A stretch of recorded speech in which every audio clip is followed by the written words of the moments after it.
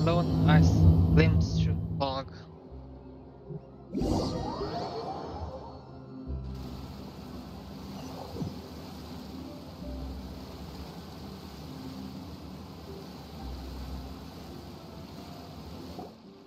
Good work, everyone!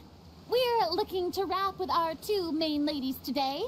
I can already smell our success. What do you mean, looking to wrap? We're telling all the scenes. Oh, aren't you the expert now? This upcoming scene is the two Musketeers' final confrontation with the Baron. There will be quite a bit of action, but no choreography beyond what we've already rehearsed. Anyway, get ready. Lights, camera, action! The view is beautiful tonight. It reminds me of that fateful night 10 years ago. And now that I've said it, I can even make out the faint fragrance of herbal tea in the air. Enough, villain! It's time that you pay for the death of our mother! My dear Iris, have you forgotten your manners? How can you speak like this to your own father? I'd sooner swallow all of my teeth than call you father. What did I expect? Seems the daughters have turned out to be just as obstinate as their foolish mother. In this world, mora and status is everything. She thought she could blackmail me using her children and force me to grant her recognition and concessions? Ah, how naive can a woman be? Mother never asked a single thing of you. All she wished was for us to live a peaceful life, just like the others. It was you who personally brewed the poison of prejudice and sent Mother to her death. Compared to that deadly poison, the two bullets that will soon pierce through your heart will be like sweet mercy. And that's exactly why I said you're just as naive as her. Did you really think 2 muskets would be enough to defeat me? So let's see. What is stronger? Mora and power, or the 2 muskets in your hands? If they can kill you, Mora and power is nothing once you get the revenge power playing just inside them. Get them! Tulip! There are too many of them! It'll be okay. We'll cover each other, Iris. And Mother will be watching over us, too. Ruin snow! That was easy. You've lost. To think I'd lose to my own 2 kids. We are no children of yours, and we'll never call that place our home. Then tell me, what did you do all this for? Bench. You lost your mother, and will soon kill your father as well. What will you gain in the end, other than sentences for your crimes? We will gain our long-awaited justice. Bang. Oh, that's a very perfect scene right there. It's over. Finally, it's over.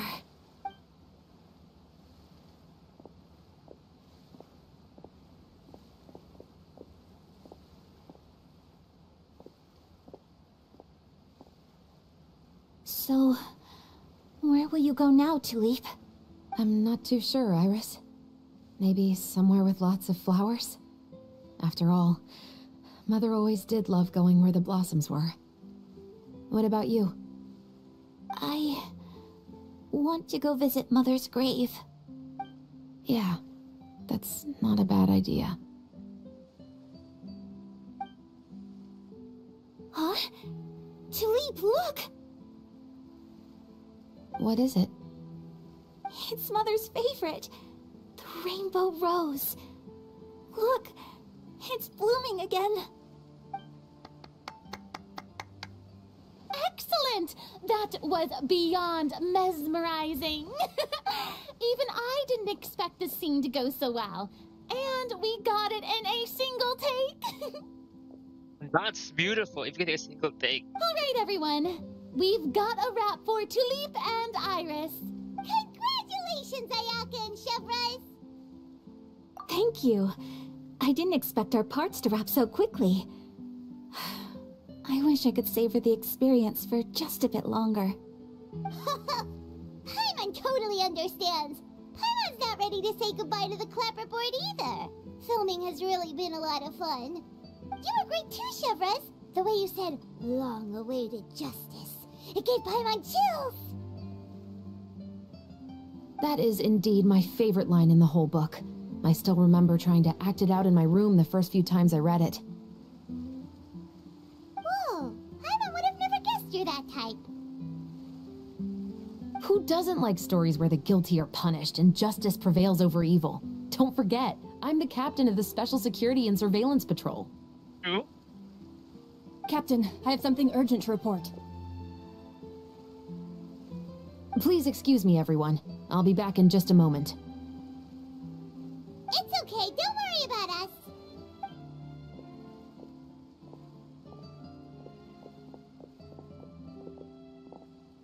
Oh? Was she whisked away by work already? I was just about to tell her how great she did. It seemed like some urgent official business.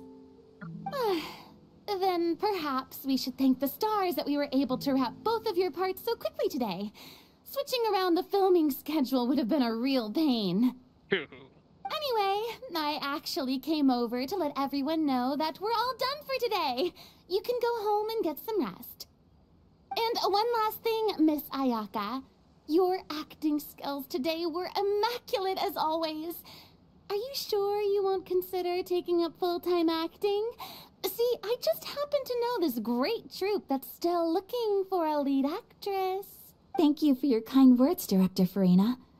Unfortunately, there are still many matters that I have to take care of back home at the Yashiro Commission. I cannot remain in Fontaine to pursue an acting career. Nevertheless, I will make sure to treasure this incredible opportunity in my heart. Oh, that's a shame, but I understand. Just let me know if you ever change your mind. I believe it's also about time for me to take my leave. But hopefully I'll see you on set over the next few days. Even though my part's wrapped, I'd still like to swing by and help out the crew. See you tomorrow, Traveler and Paimon. Yep, see you tomorrow! Well, what should we do next?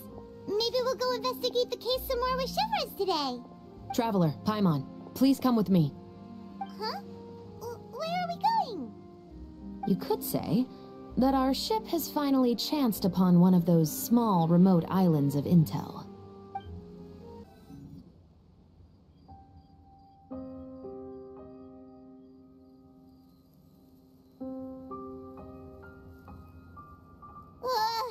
Paimon's exhausted. Paimon definitely didn't expect having to float this far after a full day of filming. So, Chevres, why did you take us here? Find in your clue? Affirmative. It wasn't anything conclusive, but it should show us a clear way forward. Have you ever heard of someone by the name of Emily? Oh, you mean that famous perfumer? She's a good friend of mine. She's lent me her aid several times in the past to resolve some difficult cases. Right? After I discovered the rainbow rose at the scene of the murder, I sent it to her. After all, she's probably the foremost expert on flowers and scents in all of Fontaine. And then? There was nothing remarkable about the flower or the trace amounts of soil left on it. But according to Emily, the rainbow rose left by the killer was derived from a very rare cultivar. Huh. Paimon didn't know that there were different varieties of rainbow rose. Paimon just thought they grew everywhere in the wild. True, same. Flowers that are deliberately cultivated will always show some different features from those that bloom in the wild. We already knew that the rose left at the scene belonged to a special cultivar, but with Emily's expertise, we were able to pinpoint the place where it was first picked from. Oh, Paimon gets it now. So whoever first planted that rainbow rose was probably the killer. Precisely. And after we checked what we learned against some sales records from the past, we discovered that there's only one person in all of Fontaine who could grow and sell this specific cultivar. Really? And who is It's the novelist. But didn't you say he had an alibi? To be clear, I haven't changed my mind about him. I still don't think he was the one who pulled the trigger. However, that doesn't mean the true culprit never visited him at his home or never purchased a rainbow rose from his garden. Whatever the case, we will have to confirm a number of things with him.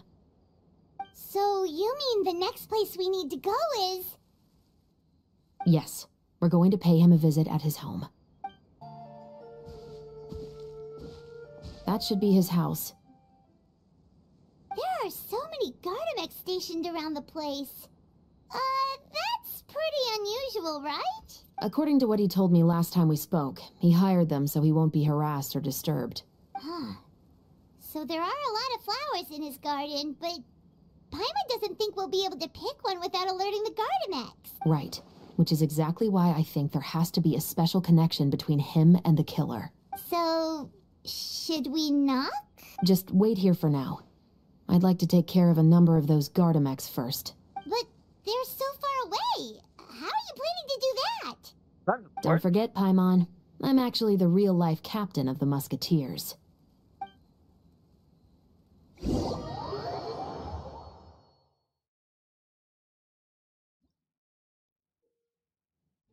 Yeah, I already done the minigame.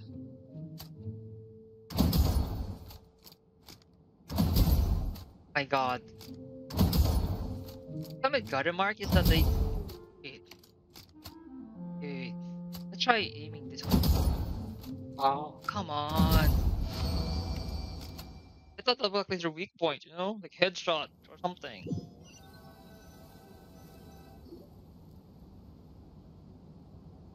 All clear. Let's go. Wait! Paimon's a little nervous now that we know he could be the killer. Can we go over our plan of action again? I'll go knock on the door and make sure it's safe inside. Once we're sure that we're in the clear, I'll ask him to come with us for a quick round of questioning at the guard's headquarters. But can't we just arrest him? No, there's protocol, Paimon. There's protocol for that one. We still have no evidence that he's the killer, or that he lent the killer any direct aid. Still, it would be appreciated if you could pick a rainbow rose from his garden for me while I'm talking to him. It'll help the Marachose Phantom confirm Emily's theory. Sure, no problem. Just be careful, Chevros.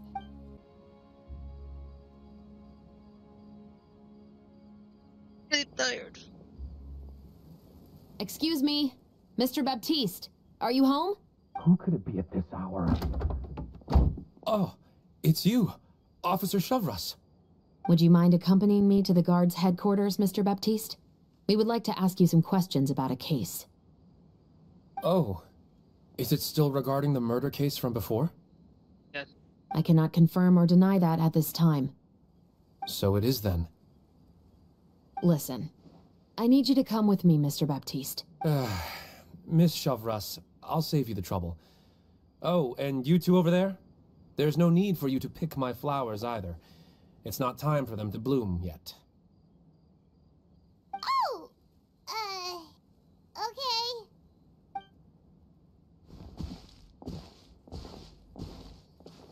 By saving me the trouble, you mean... I will confess. I was the killer. Huh? He just admitted he's guilty! Please relax, everyone. I'm not armed. The musket you're looking for has been buried in my backyard. Then it's my responsibility to inform you, Mr. Baptiste, that everything you say right now will be used as evidence for the inevitable trial. Yes, I am perfectly aware of that. I must say, I hate this feeling. Oh?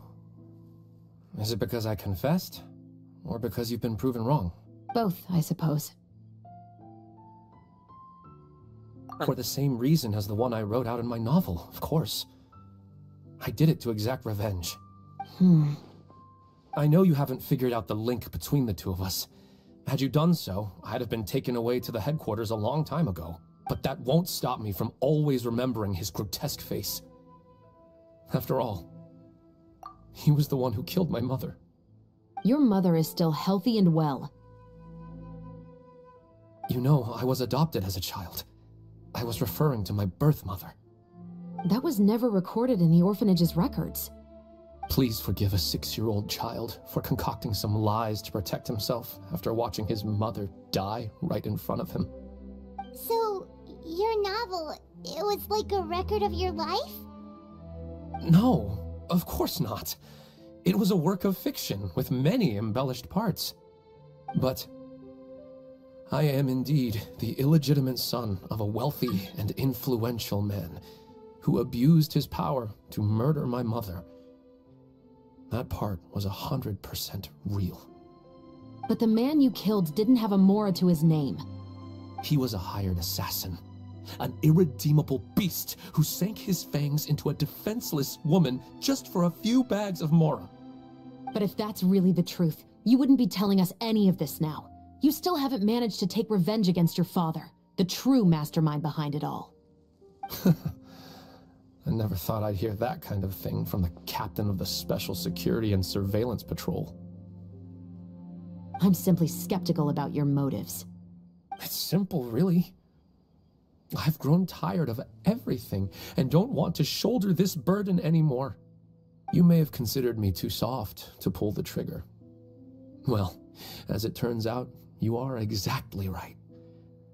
I've become overwhelmed by the aftermath of the murder. So you're going to call a stop to your revenge, just like that? The true mastermind is too rich and too powerful for me. I've accepted that I will never be able to avenge my mother alone. And so what? The characters in your book never gave up. Now, Officer Shavras, I'm the one who has killed a man, aren't I? Are you trying to convince me to commit another crime? What's your father's name? How do you plan to prove the veracity of all of your claims? Well, I'd like to speak with you privately. Sure. Why don't we speak privately at the guard's headquarters? No, it has to be here. I must ensure that we won't be overheard. Fine. Let's talk here. When I said won't be overheard, I meant by anyone. Odds that the investor from the show was the Baron, no? His mother, sure? I would like to speak with you and you alone. Fine. Thanks. I appreciate it. Please stay safe, Chevres.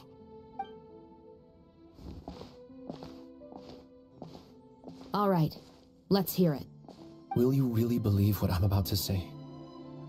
Well, that depends on what you're going to tell me. Fair enough. Fair enough. Then listen closely. You really have to cut off the part you can hear the name. Luckily, you can find out like later in the story.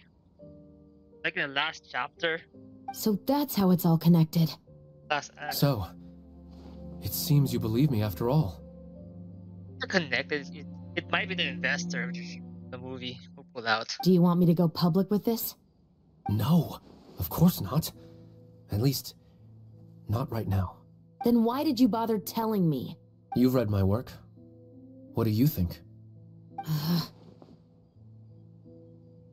Even if you were to go public with all of this right now, he'd simply deny everything. It's been too long. Almost 20 years. Anything that could be used as evidence has long faded away. Even if there might have been a solitary island of truth once upon a time, it has long sunk beneath the waves by now. Justice will never find him. Not if you don't try. I know that as the captain of the Special Security and Surveillance Patrol, you will always stand on the side of justice. But do you really think a cushy life in prison really constitutes justice for him? I bet he could lead an extremely comfortable life in the fortress of Meripede. Yeah, that could be true. What are you trying to say? I've been observing you from a distance. Your portrayal of the musketeer was exquisite. Pull the trigger of justice against him. Let the villain get what he deserves. To make that work, he have the necessary tools and the full necessary action. You want me to let you go so you may complete your revenge? No, Officer Shavras. I know that would be impossible. No. What I'd like is for you to perform the deed on my behalf. Oh, that's really hard. Oh, Chevra sure is taking her time. What could they be talking about anyway? Oh, Paimon's worried. What if he decided to attack her?